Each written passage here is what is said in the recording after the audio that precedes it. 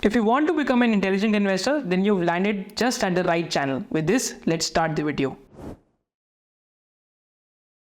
पहले तो हम डीप डाइव करते हैं हेरिटेज फूड्स के अंदर, because heritage foods is one of the oldest listed dairy companies in India, and it's a company which was founded by Mr. Chandrababu Naidu, who's the Chief Minister of Andhra Pradesh. Now it is a professionally run company where one of the, I think, Pepsi की senior management में से एक position पे एक one of the person is running the company right now. तो professionally run company at the moment. And revenue CAGR 16% के आसपास थे FY22 to 25 के बीच में, when the new category like when the new strategy was put into place, and gross profit margin 25% है, EBITDA margin 8% हो गया, and finally the ROC has gone above 20% mark to 24.3%. Right. So Heritage Foods का अगर हम strategy देखते हैं जो FY22 के बाद चेंज हुआ, तो उसके बाद क्या परफॉर्मेंस हुआ है, तो FY22 में इनका value added portfolio 26% of the sales था, जो आज 32% के आसपास हो गए, and value added product portfolio में foods, drinkables, sweets and ice cream के आसपास इनके पास प्रोडक्ट्स हैं. एंड FY22 से FY25 तक मिल्क प्रोक्योरमेंट इनका 10% CAGR पे ग्रो करा है, whereas मिल्क सेल्स 5.5% CAGR पे ग्रो करी है, बिकॉज जो इंक्रीमेंटल है वो वैल्यू एडेड प्रोडक्ट्स के अंदर कंपनी सेल कर रही है. So that is what the strategy that the company is following, and this strategy is also sort of reflecting in the gross profit margins, because last 3 years में the gross profit margins of the company has also gone up, जो हम peer to peer analysis यहाँ पे भी जाके देखेंगे. तो company पास 8 processing plants है, 2.5 मिलियन लीटर्स पर डे की चिलिंग कैपेसिटी है, एंड 3 लाख फार्मर्स के साथ कनेक्टेड अक्रॉस 9 स्टेट्स. तो ये connection with the farmers is a मोट, एंड डिस्ट्रीब्यूशन नेटवर्क में 2100 प्लस व्हीकल्स है, 7400 plus distributors and 2,05,000 retail outlets हैं. राइट. तो कंपनी वही प्रोक्योरमेंट रेडियस 25 किलोमीटर्स के, चिलिंग 100 किलोमीटर्स टू मार्केट है, एंड डिस्ट्रीब्यूशन 50 to 60 किलोमीटर्स के रेडियस में कंपनी काम करती है. एंड यहाँ पे आप देखेंगे तो कंपनी कौन से स्टेट्स में, एटलीस्ट 19 स्टेट्स में, तो नॉर्थ इंडिया में भी आ गया हेरिटेज फूड्स, तो it has taking them years to come. Maharashtra में, तमिलनाडु में, आंध्र प्रदेश में, तेलंगाना में, कर्नाटका में, then in Haryana also the company is there. Right, so these are some of the areas where milk procurement that the company is doing, and ये company का geographical footprint है.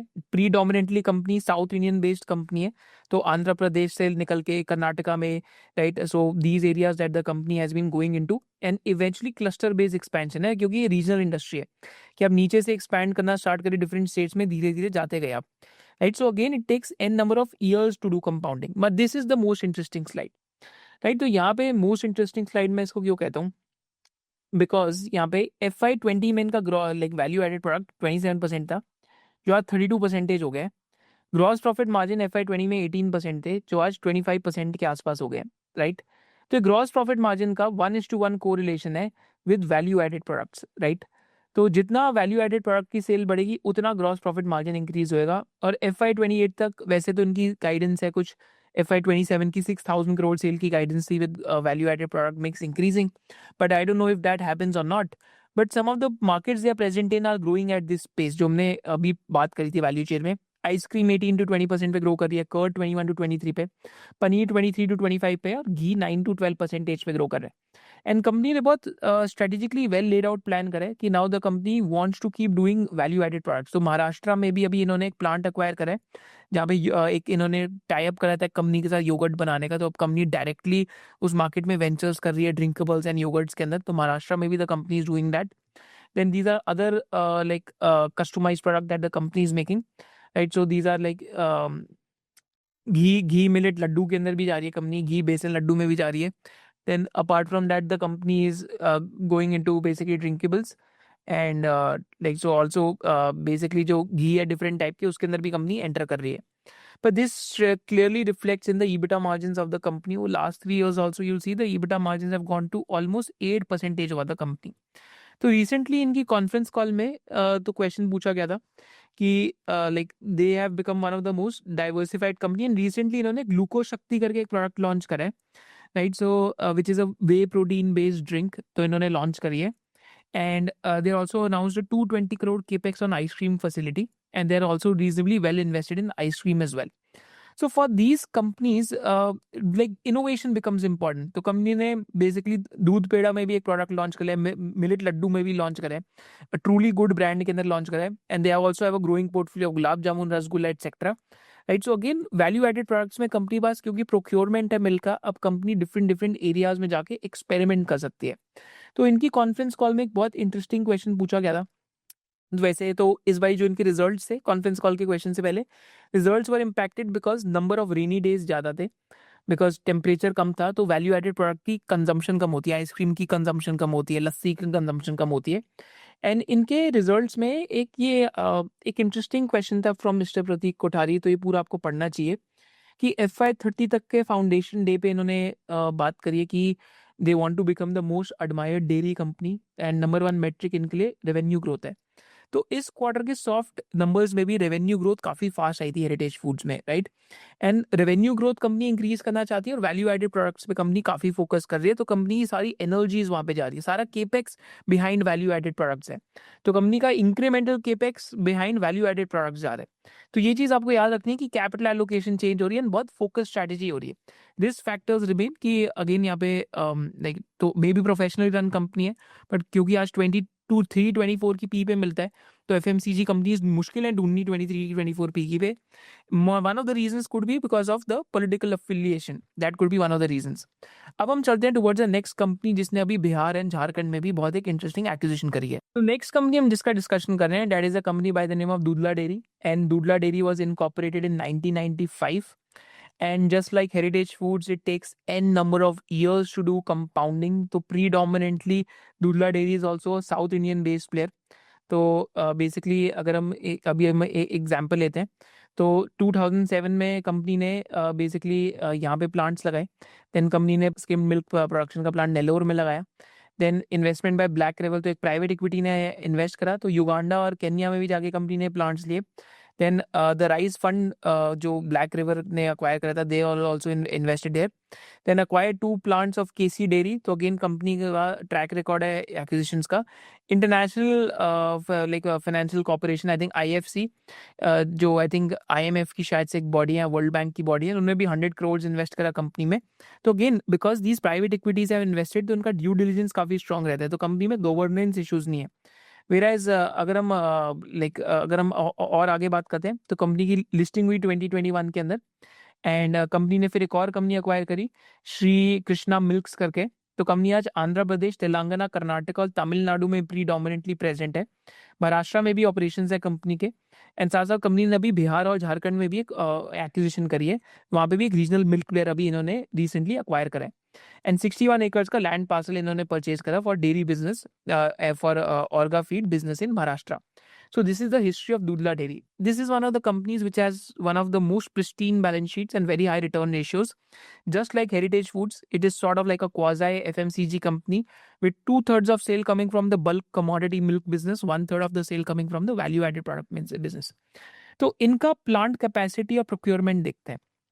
तो इनका जो नंबर ऑफ प्रोक्योरमेंट सेंटर्स है that is gone from 6,771 to almost 7,900.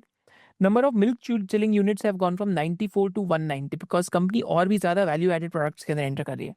Plant capacity भी company की इस टाइम पे इंक्रीज हो रही है और कंपनी ने अभी बहुत बड़ा केपेक्स भी अनाउंस करा है, राइट. तो जस्ट अभी बहुत बड़ी लैंड भी ली है 61 एकर्स के आसपास की.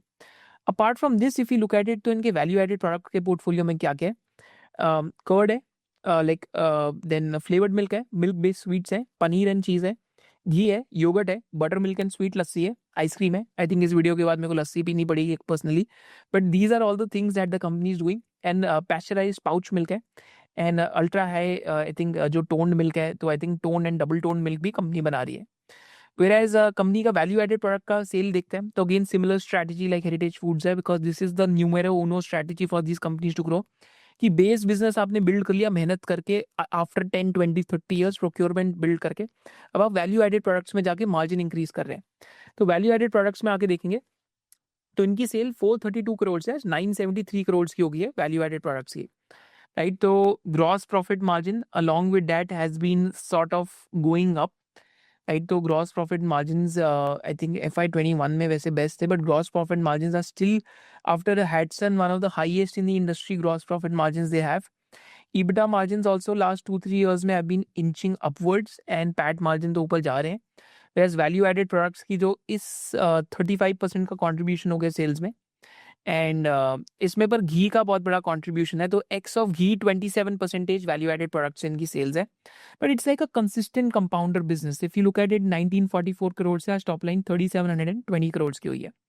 बट इस कंपनी में एक इंटरनेशनल प्रेजेंस है युगांडा और केन्या में, which is a 30% plus ROC business.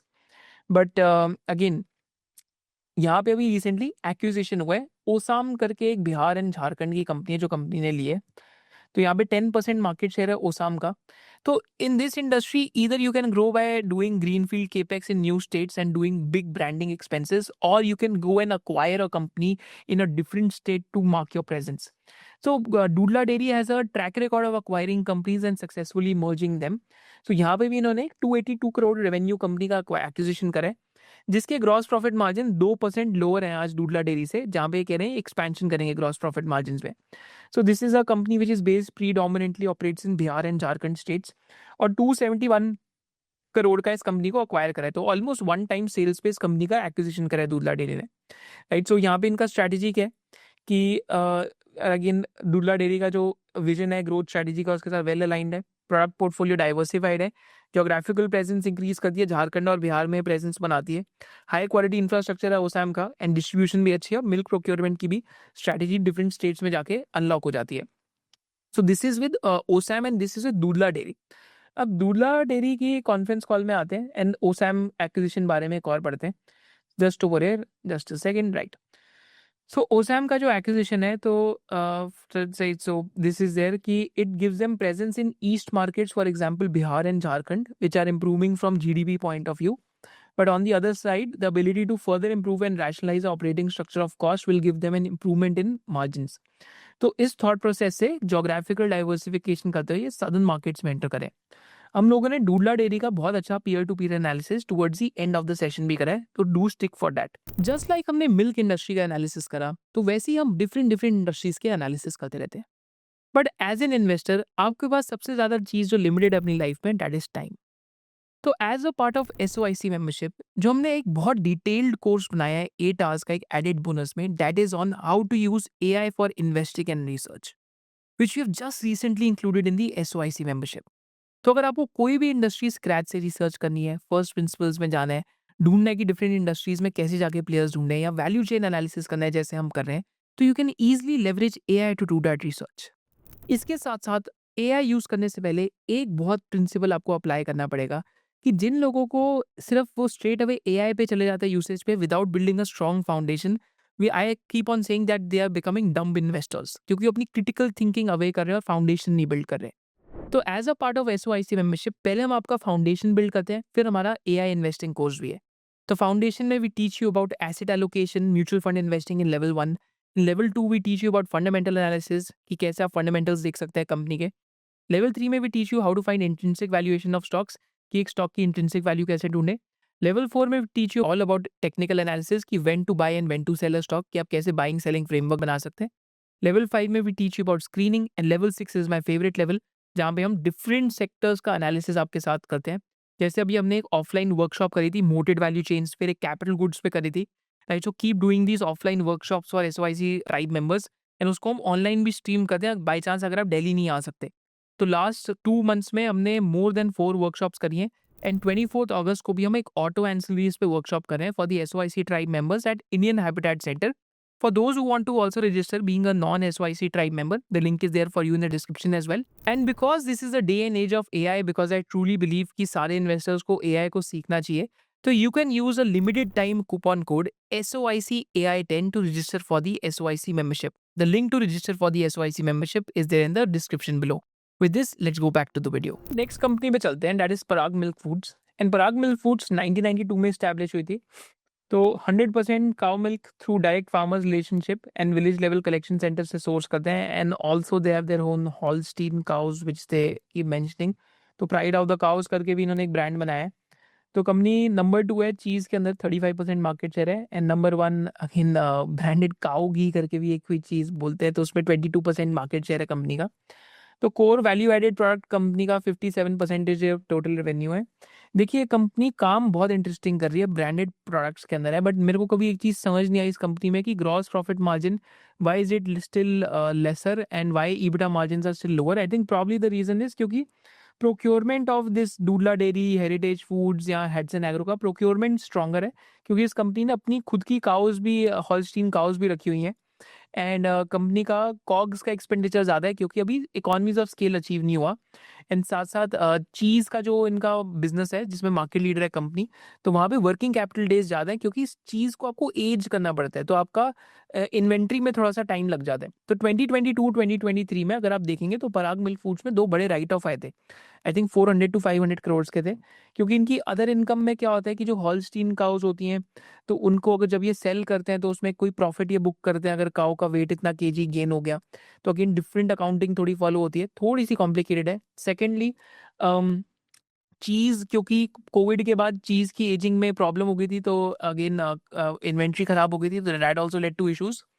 And I think thirdly also, like government ने कुछ डेयरी इन्फेंट पाउडर का फॉर्मूला चेंज कर दिया था, वे प्रोटीन का मतलब कुछ लाइक मेथोडोलॉजी चेंज कर ली थी, लाइक लाइफ की, तो वहाँ पे भी एक राइट ऑफ आया था। तो after 2 years of write off, finally company has come back to profits. Recently हम इस कंपनी को क्यों पढ़ रहे हैं, मैं आपको ये भी बता देता हूँ। कंपनी में प्रेफरेंशियल इशू हुआ है, 161 करोड़ के वारंट्स हुए हैं प्रेफरेंशियल इशू साथ, जिसमें investors like Utpal Sheth and other investors have invested, जो हम बाद में पीयर टू पीयर एनालिसिस में भी देखेंगे। तो this is a brief about the company. अब कंपनी के प्रोडक्ट्स क्या है, तो कोर कैटेगरी में अगेन ये कंपनी पूरा का पूरा ब्रांड्स बनाने की कोशिश कर रही है और ब्रांड में डील कर रही है। बट प्रोक्योरमेंट साइड पे हमें मेरे को लगता है प्रोक्योरमेंट साइड पे थोड़ा एडवांटेज वीक है, इसलिए ग्रॉस प्रॉफिट मार्जिन लोअर है पीयर्स के साथ। जब हम फाइनेंशियल एनालिसिस करेंगे तब आप सीखेंगे। तो आज कंपनी का जो इंटरेस्टिंग बिजनेस है वो है न्यू एज बिजनेस, जिसमें वे प्रोटीन, अवतार नाम का वे प्रोटीन है, जिसमें क्रेटीन है अवतार नाम का, प्रोटीन बार है अवतार नाम की, और प्राइड ऑफ द काउस करके प्रीमियम हॉल्स्टीन काउस का इनका एक सर्विस है। तो 9% न्यू एज बिजनेस है। 57% कोर बिजनेस कैटेगरीज हैं, जिसमें काउ घी है, पनीर है, एंड गो चीज़ है। गो चीज़ में सेकंड नंबर है कैटेगरी में। Then ingredients and skim milk production business है, एंड अदर्स है। अदर्स में यही लस्सी वस्सी ये सारी चीज़ें और लिक्विड मिल्क है। तो कंपनी का आज भी बिजनेस आई थिंक 30% B2B से आता है, which is the highest in the sector, जिसकी वजह से कैश फ्लोज थोड़े से कम दिखते हैं। हम आगे जाके कैश फ्लोज भी देखेंगे। तो बाकी 70% B2C से आता है। तो we have to see how the mix evolves, because company का ये जो न्यू एज बिजनेस है that has grown by 57% during Q1 FY26, and new age business में gross profit margins are twice that of the like traditional business that they're doing, or the core category business that they're doing as per their conference calls. तो new age business किस fast pace पे grow करता है वो हमें देखना है, क्योंकि company 3% of revenue almost ads में स्पेंड कर रही है। एंड इनका जो अवतार प्रोटीन है उसका इंटरनेट पे आई थिंक डिफरेंट ये जो बेसिकली इंडिपेंडेंट रिव्यूज़ हुए हैं वे प्रोटीन के, लैब टेस्टिंग हुई है, तो उसमें लैब टेस्टिंग में रिजल्ट्स अच्छे आए हैं। तो इस वजह से आई थिंक यहाँ पे सेल्स ग्रोथ भी फास्ट आ रही है। तो 75 करोड़ के आसपास का ये इनका बिजनेस पहुंच गया, that is a new age business.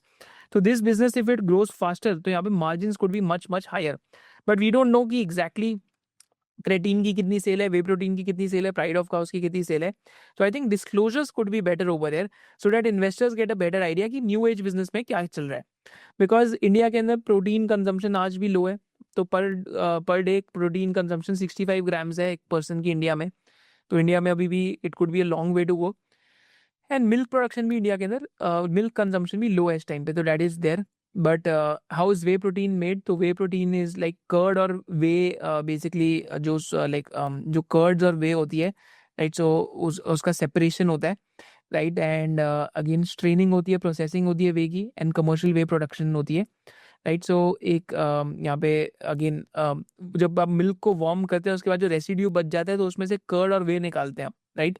So that is how whey protein is made, right. So this is how the process is कि मिल्क सिलेक्शन होती है, फिर कोएजुलेशन होती है, देन उसमें से कर्ड निकाली जाती है, और स्ट्रेनिंग के बाद वे प्रोटीन का पानी निकाला जाता है, जिसको फर्दर स्ट्रेन करके प्रोसेस करके वे प्रोटीन बनाया जाता है। तो this is how whey protein is made.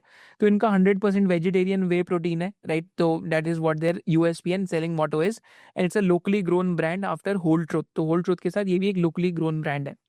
Company के आज 4500 डिस्ट्रीब्यूटर्स हैं, 4.6 लाख रिटेल टच पॉइंट्स हैं, एंड आज 65 to 70% of the business B2C, अभी 70% हो गया as of latest quarter. I think 35% of the business B2B है, जहाँ पे डिफरेंट होटल्स, रेस्टोरेंट्स और इंस्टीट्यूशन लार्ज फॉर्मेट कॉर्पोरेट्स को सेल करते हैं।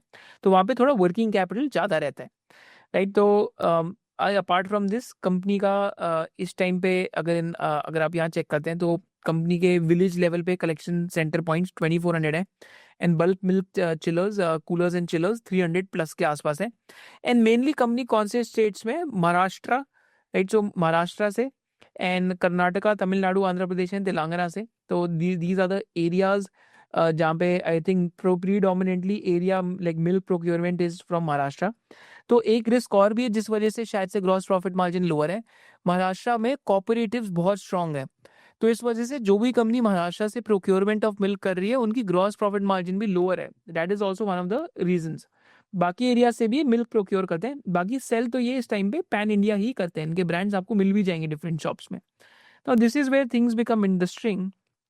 तो कंपनी का केपेक्स प्लान क्या है और कंपनी कैसे ग्रोथ टारगेट कर रही है, राइट. सो अगेन अंकित जैन जो इस कंपनी के CSO हैं, चीफ स्ट्रैटेजी ऑफिसर, उन्होंने भी पैसा डाला है वारंट्स में 3.8 करोड़ के आसपास. तो कंपनी के पास एक भाग्य लक्ष्मी फार्म करके है जहाँ पे majority of the capex complete हुआ है. तो यहीं पे हॉलस्टीन काउज है इनके पास, जो वैल्यू एडेड प्रोडक्ट में कंपनी ट्राई करिए जाने की. और तो कंपनी का भी रूटीन केपेक्स एक्सपेंडिचर है. आई थिंक 40-50 करोड़ का कंपनी केपेक्स एक्सपेंडिचर की बात कर रही है, राइट. तो not like a full blown capex, but यहाँ पे कंपनी ने कुछ 10,000 करोड़ सेल की गाइडेंस दी है नेक्स्ट 4 ईयर्स में. आज 3,400 करोड़ की सेल है कंपनी की. I don't know how they achieve that 10,000 crore number, because industry slow grow करती है. But if they are able to crack the value added products, तो यहाँ पे स्टोरी बहुत क्लियर होगी कि न्यू एज प्रोडक्ट्स और वैल्यू एडेड प्रोडक्ट्स में कंपनी का मार्केट शेयर बढ़ रहा है और वहाँ पे सेल्स ग्रोथ फास्टर आ रही है. तो वही आपको पीस ट्रैक करना है along with the margin of the company. Now I don't have a very solid answer at the moment कि क्या मार्जिन एक्सपैंड होंगे नहीं होंगे, बट यहाँ पे थीसिस पॉइंटर यही हो सकता है कि जो न्यू एज प्रोडक्ट्स हैं इनके, जो न्यू एज बिजनेसेस हैं, वहाँ पे 2x gross profit margin of average gross margin of the company. तो न्यू एज प्रोडक्ट्स में 2 times gross profit basically margin है कंपनी के. तो that is something that is interesting if the mix changes.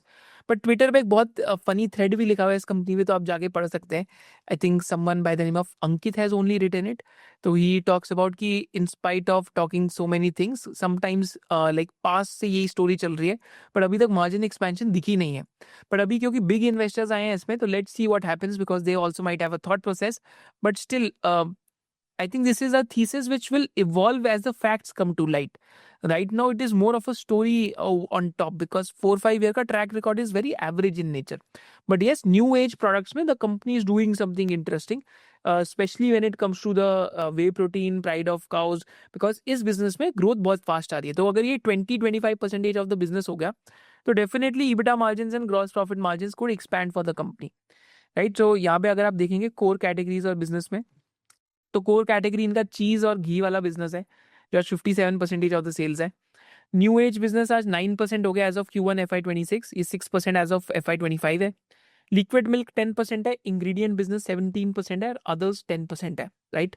तो how the core categories and the new age business grows is something that is worth to be kept a track on.